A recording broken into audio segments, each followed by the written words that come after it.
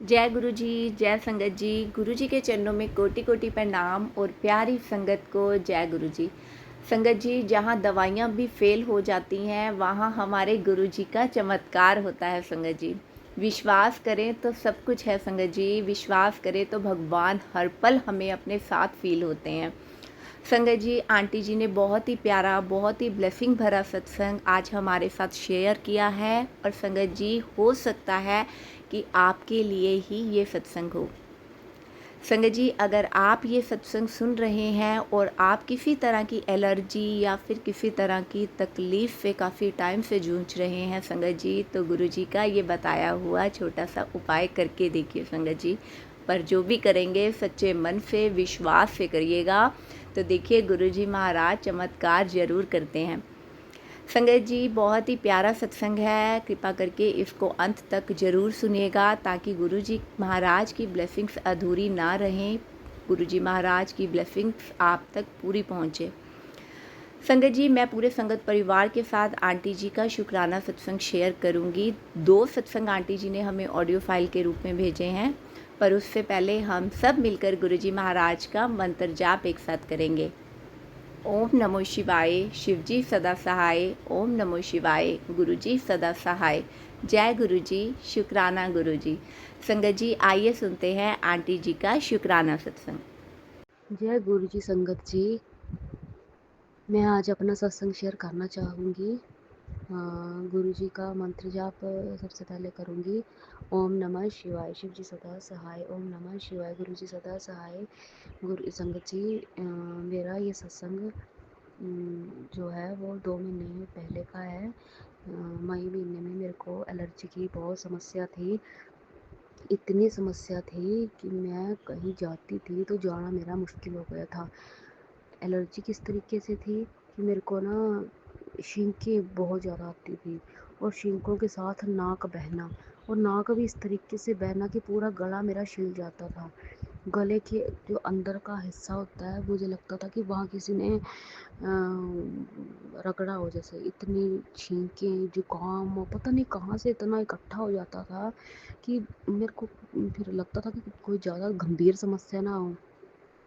फिर टेंशन होने लगी, दिमाग जो था वो सुन्न सुन्न सा लगने लगा, माथा और ये सर के पीछे की जो जगह होती है बिल्कुल सख्त सख्त सी, ऐसा लगता था जैसे बर्फ़ जमी हो, इस तरीके से मेरे को फील होता था। मैंने बड़ी दवाइयाँ खाई, बहुत दवाइयाँ खाई, स्टीम भी ली, पर मुझे कोई फ़र्क नहीं पड़ा। थक हार के मैंने फिर सिट्राजिन खाई। सिट्राजिन जितने दिन खाई उतने दिन ठीक, फिर वही हाल। मैंने सोचा ऐसे ठीक नहीं होगा ये, करते करते 1.5-2 महीने हो गए। फिर मैं एक दिन कहीं गई हुई थी, तो सबके बीच में बैठी हुई थी, तो मेरे को कोई करीब करीब 10:15 बजे के आसपास मेरे को छींकें शुरू हुई। लगातार छींकें आती रही, मेरा नाक जो था वो चलता रहा, और मैंने 2-3 रुमाल रखे हुए थे, वो भी मैंने ख़राब कर दिए, पर एलर्जी से छुटकारा नहीं हुआ। दोपहर को जब हम सभी इकट्ठे होकर खाना खाने लगे तो मेरे को खाना खाने में भी इतनी दिक्कत, सांस लेने में दिक्कत, मतलब दिमाग टेंशन से भर गया कि है क्या दिक्कत ये, क्यों नहीं मैं ठीक हो रही हूँ। दवाइयाँ भी इतनी सारी खाई, क्या हो सकता है मेरे को। फिर गुरु जी को मैंने सोचा कि मैं गुरु जी को चंदन तिलक लगाऊंगी, और जो गुरु जी के माथे पे मैं चंदन तिलक लगाऊंगी उसमें से थोड़ा सा मैं लूँगी और अपने नाक में लगाऊंगी। तो मैंने ना ऐसा कोई 3 या 4 दिन किया। दिन में मैं बड़ी मुश्किल से 2 या 3 बार लगाती थी, तो 3-4 दिन तक मैंने लगाया। तो धीरे धीरे छींकों की संख्या कम होती गई, और मतलब पूरा 1 हफ्ता लगा, 1 हफ्ते के बाद मैं बिल्कुल ठीक हो गई। और जल प्रसाद तो मेरी डेली की रूटीन है, वो तो मैंने पीना ही है।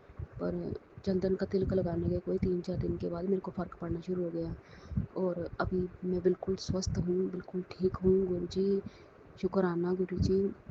ये मेरा शुक्राना सत्संग है जो मैंने आप सभी संगत के साथ शेयर किया।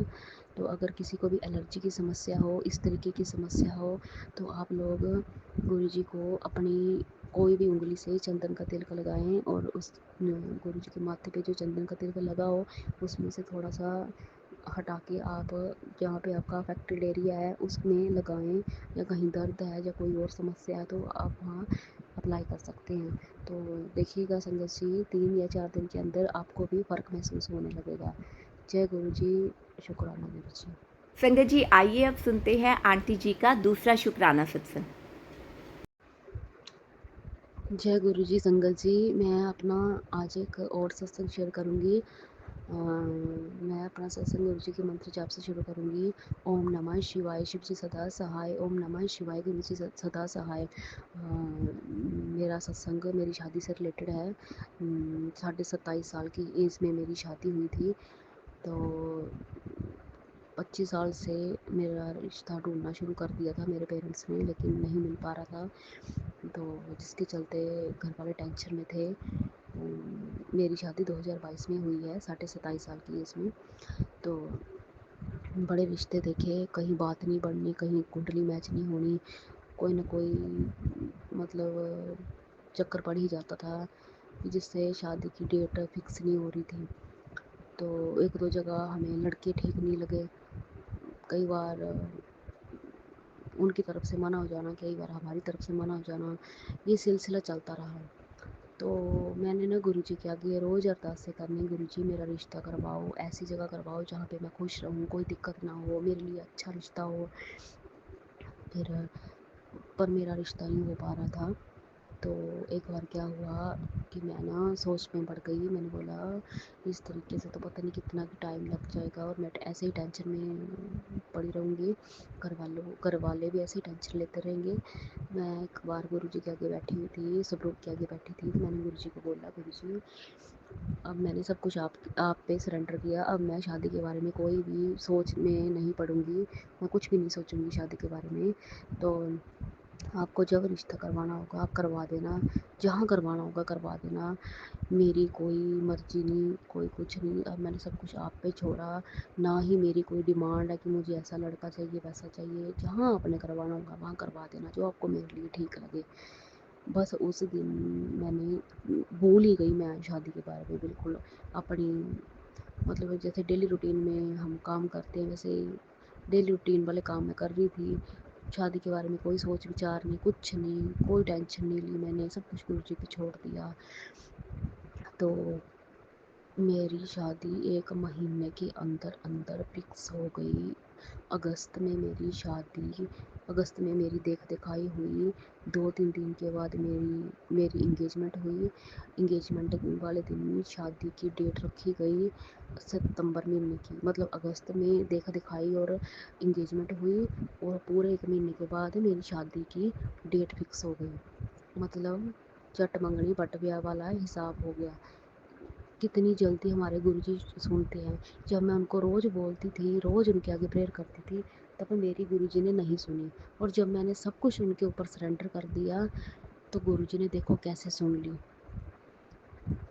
संगत जी, मैं आप सबको ये मेरी कोई भी जो मेरा सत्संग सुन रहा होगा, तो मैं उन सब के लिए यही बात बोलूँगी कि अगर आपकी कोई अरदास है ना, तो डेली मत मांगो आप गुरुजी से। आप रोज़ गुरुजी के स्वरूप के आगे बैठ जाएंगे और रोज़ मांगेंगे ना, तो शायद आपको गुरुजी ना दे।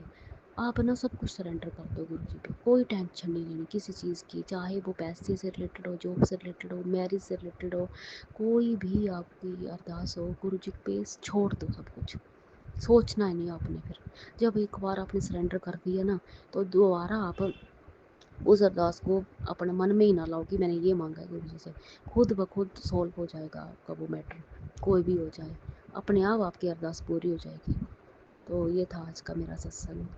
जय गुरु जी, शुक्राना गुरु जी। संगत जी अगर आप भी अपना शुक्राना सत्संग और संगत जी के साथ साझा करना चाहते हैं तो दिए गए नंबर पर लिखकर या फिर ऑडियो फाइल के रूप में आप हमें अपना शुक्राना सत्संग भेज सकते हैं। आपका शुक्राना सत्संग पूरे संगत परिवार के साथ ज़रूर साझा किया जाएगा संगत जी। अगर आप हमारे चैनल पर नए हैं, पहली बार आए हैं, तो चैनल को लाइक कीजिए, सब्सक्राइब कीजिए और बेल आइकन को ज़रूर दबाइएगा संगत जी, ताकि जब भी गुरु जी की कोई ब्लेसिंग्स आए, मैं कोई नया सत्संग अपलोड करूं, तो वो सबसे पहले आप तक ज़रूर पहुंचे। जय गुरु जी, शुक्राना गुरु जी।